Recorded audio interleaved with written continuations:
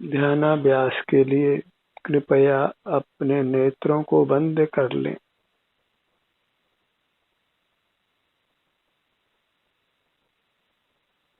अपना ध्यान अपनी ओर करें, क्योंकि आप सुख स्वभावी हैं।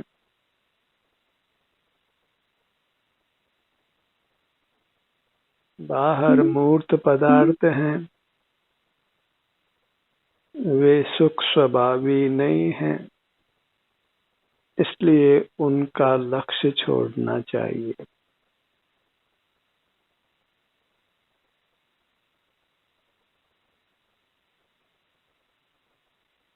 जीव सुख स्वभावी हैं, इसलिए उनको सुख दुख होता है। मूर्त पदार्थ सुख स्वभावी नहीं है, इसलिए उनको सुख दुख नहीं होता है।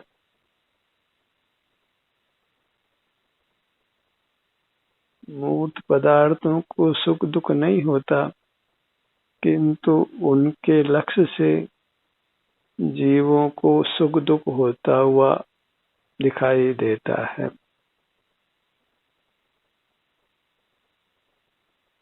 मूर्त पदार्थ सुहावने असुहावने लगते हैं।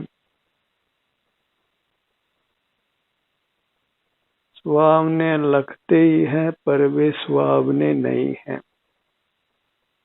उनके लक्ष्य से विषय सुख होता है, तथापि वह वास्तविक सुख नहीं है, और उसका सेवन करने से अंत में जीव दुख ही पाता है।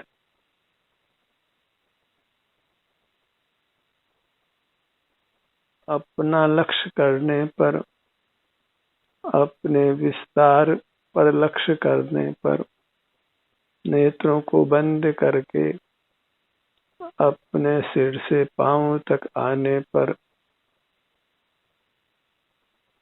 कदाचित शारीरिक दुख का भी अनुभव होता है, तथापि उसका अनुभव करने से जीव दुखों से मुक्त होता है और अंत में सुख को प्राप्त करता है। इसलिए अंतर्दृष्टि करना ही योग्य है। अनुभव को मोक्ष मार्ग माना गया है। अनुभव चिंतामणि रतन, अनुभव है रसकूप, अनुभव मार्ग मोक्ष को, अनुभव मोक्ष स्वरूप। अनुभव दो प्रकार का है। पर के लक्ष्य से होने वाला विषय सुख दुख का अनुभव, और अपने लक्ष्य से होने वाला शारीरिक सुख दुख का अनुभव। अनुभव को मोक्ष मार्ग कहा तो वह अंतर्दृष्टि कर अपना अनुभव करने से होने वाला सुख दुख का अनुभव, वह मोक्ष का मार्ग है। और विषयों के लक्ष्य से जो सुख दुख का अनुभव होता है, वह अनुभव संसार मार्ग है। तो अनुभव सुख दुख का ही होता है, और एक सुख दुख का अनुभव वह संसार मार्ग है। बाह्य पदार्थों के लक्ष्य से होने वाला सुख जो हमारे शरीर में ही होता है, बाहर नहीं होता, तथापि वह संसार मार्ग है, दुख का मार्ग है। और अपने शरीर में अपने आभ्यंतर शरीर के लक्ष्य से होने वाला सुख दुख का अनुभव, वह अनुभव मोक्ष का मार्ग है, सुख का मार्ग है। ये सुख दुख के अनुभव के बिना एक क्षण भी नहीं रहता। कभी ऐसा नहीं होता जब उसको सुख या दुख में से किसी एक का अनुभव नहीं हो।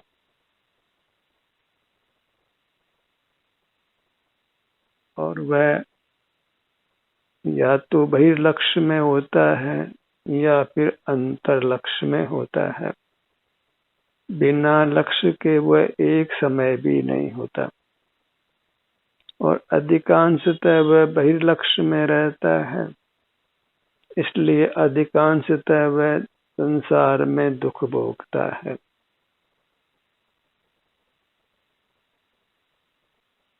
क्षुद्र योनियों में प्राय जीव दुख ही भोगते हैं।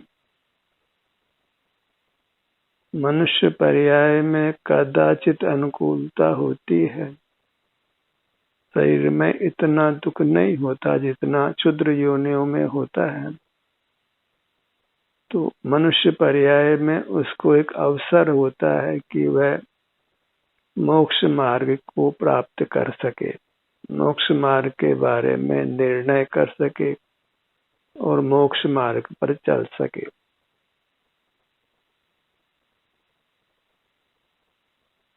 प्रति समय होने वाले सुख दुख का ही विश्लेषण करना योग्य है कि कौन सा सुख दुख का अनुभव करना अच्छा है और कौन से सुख दुख का अनुभव करना बुरा है। विषयों के लक्ष्य से जो सुख दुख होता है वह बुरा है और अपने लक्ष्य से जो सुख दुख होता है वह अच्छा है। पर लक्ष्य में भी सुख दुख होता है और स्वलक्ष्य में भी सुख दुख होता है। जब स्वास्थ्य अच्छा होता है, कभी अनुकूल सामग्री मिलती है, तो हमें विषय सुख का अनुभव होता है और जब कर्म का विपाक होता है, तीव्र उदय होता है, तो हमें शरीर में अपने में दुख का अनुभव होता है। और जो अंतर में शरीर में दुख का अनुभव होता है, वेदना होती है, तो उसमें विषय का लक्ष्य नहीं रहता, इसलिए जीव कर्मों से नहीं बनता अपितु छूटता है और कर्मों के बंधन से छूटना वही मोक्ष का मार्ग है।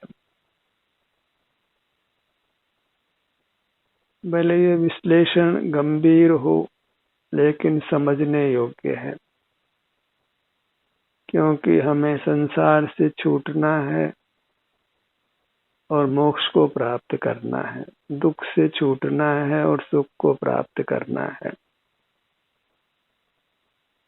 हम सुख स्वभावी होने पर भी हमको दुख का अनुभव होता है, क्योंकि हम अपने से युक्त नहीं होते और जिन पदार्थों में सुख नहीं है उनसे युक्त होते हैं। ये समझकर हमें सुख स्वभाव से रहित मूर्त पदार्थों का लक्ष्य छोड़ना चाहिए और सुख स्वभाव सहित अपनी अमूर्त काया का लक्ष्य करना चाहिए। बहिर् लक्ष्य में होने वाले सुख को छोड़ना चाहिए और अंतर लक्ष्य में कदाचित शरीर में वेदना भी हो तो उसका अनुभव करना चाहिए।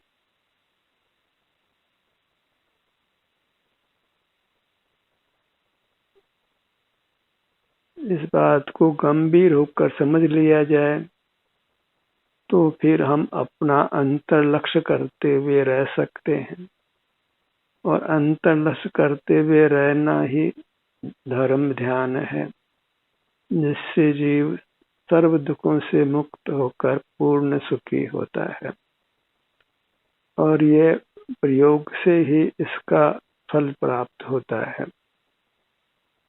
जब हम अंतर लक्ष्य करके रहते हैं, अपने ध्यान को अंतर्दृष्टि से सिर से पांव तक ही रखते हैं, तो हमारे जीवन में सुख बढ़ता जाता है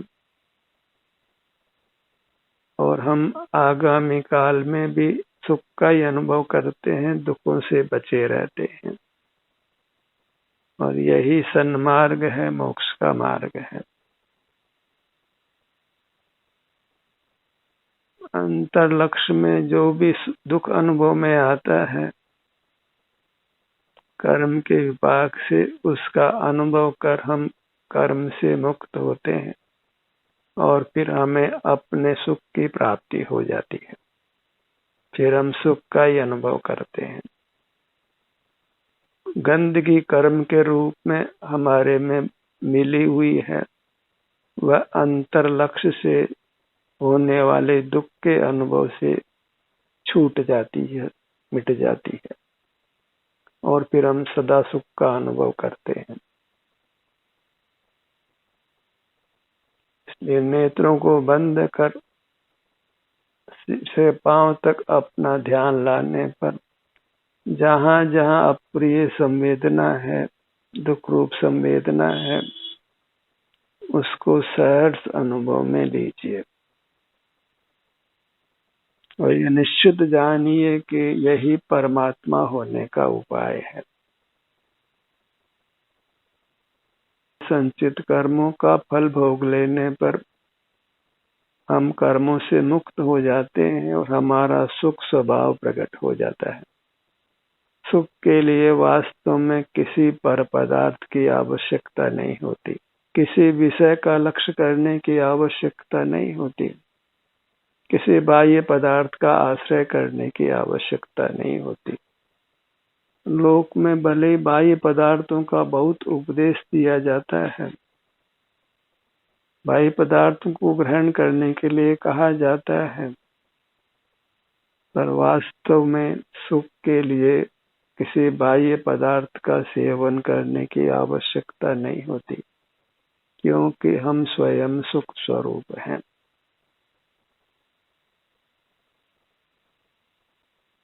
अपना लक्ष्य करना ही सुख के लिए पर्याप्त है, और अपना लक्ष्य करने पर भी सुख का अनुभव नहीं होता। उसका कारण भूतकाल में जो हम अपने से विमुख रहे हैं, विषयों का सेवन किया है, उसी से संचित कर्मों का विपाक होने से, उदय होने से हमको अपने सुख स्वभाव का लक्ष्य करने पर भी दुख का अनुभव होता है। पर उस दुख का अनुभव कर लेने पर फिर हम कर्मों के बंधन से मुक्त हो जाते हैं और फिर हमारा सुख स्वभाव, शुद्ध स्वभाव प्रकट होकर अनंत काल तक बना रहता है। तो गंभीरता से इस बात को लेना योग्य है कि हम अपने ध्यान को बस अपने स्वरूप पर, अपने सिर से पांव तक ही बनाकर रखें, नेत्रों को बंद रखें और कर्म का जो भी विपाक यहाँ अनुभव में आता है दुख रूप से, उसको सहर्ष अनुभव कर हम कर्मों से मुक्त हो जाएं और फिर सुख स्वभाव प्रकट होने पर बिना प्रयत्न के ही हमें अनंत काल तक सुख का ही अनुभव होता रहता है। स्वर्ण को एक बार शुद्ध कर लेने पर फिर वह अनंत काल तक मानो शुद्ध ही रहता है। मूर्त पदार्थों की तो बात कुछ अलग भी है कि वे शुद्ध होकर पुनः अशुद्ध हो जाते हैं, पर जीव एक बार शुद्ध हो जाए, मूर्त कर्म के बंधन से रहित हो जाए, फिर वह कभी मूर्त के साथ बंधन को प्राप्त नहीं होता, कभी फिर वह मूर्त पदार्थों के लक्ष्य में नहीं आता और अपने सुख का ही अनंत काल तक अनुभव करता रहता है। मूर्त इंद्रियों से रहित हो जाता है, इंद्रिय ज्ञान से रहित रहता है और अपने आनंद का ही भोग करता है। तो मोक्ष मार्ग की देशना इतनी है कि हम अपना अनुभव करते हुए रहें, भले उस अनुभव में कदाचित शरीर में वेदना का भी अनुभव हो और वह स्थिति कुछ काल ही रहती है, और उस वेदना को सहर्ष अनुभव कर लेने पर और बहिर्मुख नहीं होने पर हम सदा सदा के लिए सुखी हो जाते हैं, परमात्मा हो जाते हैं, मोक्ष को प्राप्त कर लेते हैं। जो मोक्ष की हो कामना, तो जीव नरक को जानिए, अपना ही अनुभव करिए, प्रीति से करिए, अपने अनुभव में शारीरिक वेदना हो तो भी प्रीति से ही उसका अनुभव करिए। कर्म के विपाक से वेदना है तो उससे भोग कर मुक्त हो जाइए, और वेदना नहीं है तो होने वाले सुख दशा को भोगिए। अंतर्मुख होने पर दोनों ही दशाएं हमारे लिए अच्छी है। वेदना है तो वेदना भोग कर हम मुक्त हो जाते हैं, वेदना नहीं है, सुखद स्थिति है तो वह हमें इष्ट ही है, सुख तो हम चाहते ही हैं। पर बहिर्लक्ष्य में विषय सुख दुख में रहना, विकल्पों में रहना, इंद्रिय ज्ञान में रहना, वह कदापि योग्य नहीं है। उससे संसार का अंत कभी भी नहीं आता। संसार में कभी सुख भी होता है लेकिन वो स्थायी नहीं होता। सुख दुख में झूलना अच्छा नहीं है, क्योंकि जीव क्षण मात्र को भी दुख नहीं चाहता है। दुख दुख ही है और उसका होना अच्छा नहीं है। तो दुख मुक्ति के लिए हमें अपने सन्मुख रहना है, और अपने सन्मुख में जो भी सुख दुख अनुभव में आता है उसमें समभाव धारण कर अंतर्मुख बने रहना है। जैसे पर्वत तेज हवा चले तो उससे भी प्रभावित नहीं होता है, इसी प्रकार हमें कर्म का तीव्र विपाक हो, तीव्र कर्म की हवा चलती हो, शरीर में वेदना भी हो, तो हमें विचलित नहीं होना है, बहिर्मुख नहीं होना है, अंतर्मुख बने रहना है। और वह कर्म का विपाक फल देकर चला जाता है और हमारे काया निर्मल हो जाती है, शुद्ध हो जाती है, और फिर हम अनंत काल तक सुख भोगते हैं, जहाँ फिर न भूख है, न प्यास है, न सर्दी है, न गर्मी है, न रोग है, न बुढ़ापा है, न जन्म है, न मरण है, न अपयश है। नाना प्रकार के दुख संसार में होते हैं, वे एक भी नहीं होते, और अति उत्तम सुख का भोग होता है। अपने ध्यान को अपने सिर से पांव तक लाइए और सुख दुख की स्थिति विभिन्न भागों में है, वह आपके अनुभव में आती है, उसका अनुभव करते हुए रहिए। वेदना का स्थान तो शीघ्र ही अनुभव में आता है, तो वहां से हटना नहीं है।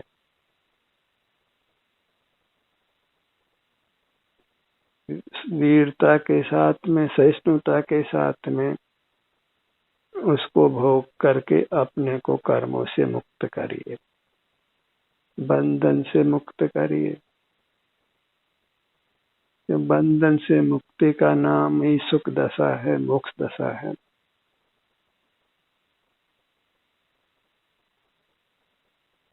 इसीलिए का आओ चेतन निज में आओ, अपने में ही राचो, अपना ही वेदन अनुभव संवेदन करो।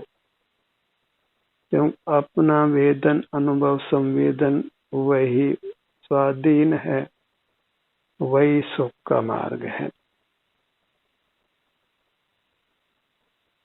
थोड़े में समझ लेना अच्छा है, और उस मार्ग पर फिर चल पड़ना योग्य है, क्योंकि हमें मोक्ष मार्ग पर चलने के लिए अधिक समय प्राप्त नहीं है। मनुष्यायु अल्प है, और मोक्ष मार्ग पर यदि हम नहीं चलते तो फिर पुनः मनुष्यायु प्राप्त करना प्राय संभव नहीं है। अन्य योनियां बहुत है, वहीं जाने की संभावना अधिक है।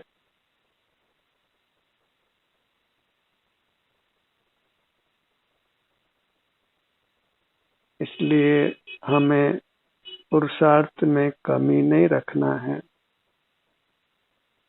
हमारा प्रयोजन उत्तम सुख को पाना है, उसके लिए हमें अपने से युक्त रहना है। अपने ध्यान को नेत्र बंद कर अपने सिर से पांव तक रखना है, क्योंकि आप बंद नेत्रों से ही अनुभव में आता है। इंद्रियां मूर्त पदार्थों कोई विषय करती हैं, उनसे हमारा अनुभव नहीं होता।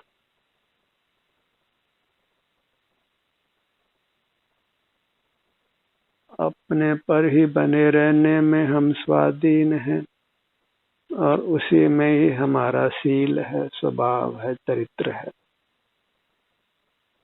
वही निर्दोष चर्या है, उत्तम चर्या है। उसी से हम अपने स्वरूप को, परमात्म पद को पाते हैं। अपने सन्मुख रहने से ही हम निष्कंप होते हैं। मन वचन काय इंद्रियां मस्त सब की चेष्टा को विराम मिलता है। जब बाहर देखते हैं, सुनते हैं, सूंघते हैं, चखते हैं, स्पर्श करते हैं, विचार करते हैं, इन सब से हम थकते हैं और तभी तो हमको निद्रा आती है। यदि हम इंद्रियों का उपयोग नहीं करें, मन से विचार नहीं करें, कुछ भी काय चेष्टा नहीं करें, कुछ भी स्मरण भी नहीं करें, तो फिर हमको निद्रा नहीं होगी, निद्रा पर विजय होगी। क्षुधा भी नहीं होगी, आहार पर विजय होगी। काय चेष्टा नहीं होने से आसन पर विजय होगी। तभी कहा है आहार निद्रा आसन पर विजय प्राप्त करना चाहिए। बिना आहार के रहना, बिना निद्रा के रहना, बिना हिले डुले रहना, यही तो परमात्मा का रूप है। और उसके लिए हमें अपने सन्मुख रहना है, अपना ही आश्रय करना है, पराश्रय छोड़ना है। लोक बहुत पराश्रय का उपदेश देता है, पीछे ही पड़ जाता है पर पदार्थों का सेवन करने के लिए। इसका सेवन करो, इसका सेवन करो, ये चिकित्सा कराओ, ये चिकित्सा कराओ, ये औषधि लो, ये सर्जरी कराओ, इससे मिलो, उससे मिलो, ये करो, वो करो। कोई यह उपदेश नहीं देता है कि नेत्रों को बंद कर अंतर्दृष्टि कर अपने में जो भी सुख दुख का अनुभव होता है उसी को सहज स्वीकार करते हुए रहो, स्वावलंबी रहो। इंद्रिय व्यापार परावलंबन है, मन का व्यापार भी परावलंबी है, मस्तिष्क का व्यापार भी परावलंबी है, काय चेष्टा भी परावलंबी है। काय चेष्टा भी मूर्त काया की सहाय से ही होती है और जीव का स्वभाव तो अपना अनुभव करते हुए रहना है, स्वावलंबी रहना है। अंतर्दृष्टि से ही स्वावलंबन होता है, तो अंतर्दृष्टि करते हुए रहना है। और अंतर्दृष्टि में कभी शरीर में दुख का अनुभव होता है और कभी सुख का अनुभव होता है, तो दोनों में संभाव धारण करना है कि दोनों से ही जीव मोक्ष को प्राप्त करता है। दुख भोग कर कर्म काट कर मुक्त होता है और सुख भोग कर मुक्त होने में भी कर्मों का नाश कर परमात्मा होता है। बहिर्मुखता से बंधन होता है, अंतर्मुख होकर सुख दुख को भोगता है तो बंधता नहीं है, छूटता है। और छूटने का नाम मोक्ष मार्ग है, मोक्ष की प्राप्ति है। तो अपने ध्यान को अपने नाभि भाग पर लाइए। मध्य भाग,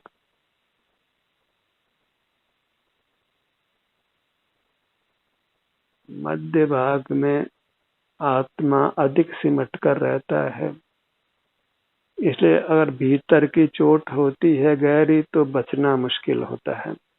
ऊपर ऊपर की चोट हो तो जीव बच जाता है। तो हमें गहरे भीतर बैठना है।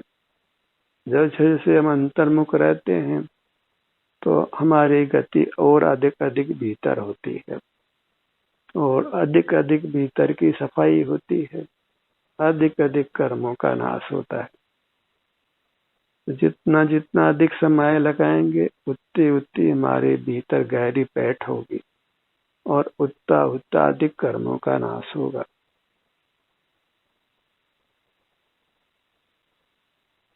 तो अपना मध्य भाग, पेट का भाग,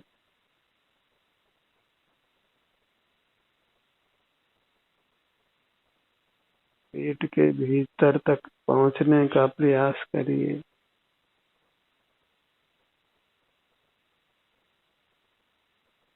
निशंक होकर यहाँ ठहरिए। अपने पर किंचित भी दया आती हो, आप दयालु हो तो अपनी दुखों से रक्षा करिए। बहिर्मुखता में हम अपने को दुखों से नहीं बचाते अपितु दुखों में डालते हैं। तो अपने को बहिर्मुखता से बचाइए और अंतर्मुख रहिए। इसी से अपने दुखों से रक्षा होती है। इंद्रिय ज्ञान में पर की रक्षा का बहुत विकल्प किया है, पर उससे बहिर्मुख रहकर हमने अपने को नुकसान ही पहुंचाया है।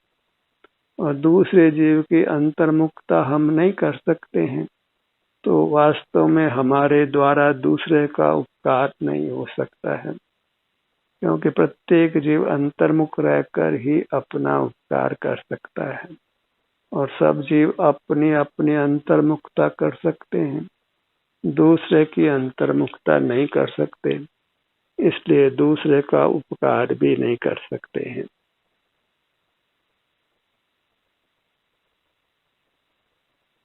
तो अत्यंत सावधान रहकर अपने को बहिर्मुखता से बचाइए और पूरे प्रयत्न से अंतर्मुख रहने का प्रयत्न कीजिए। ध्यान का ये सत्र यही समाप्त होता है। आपकी सहभागिता के लिए धन्यवाद।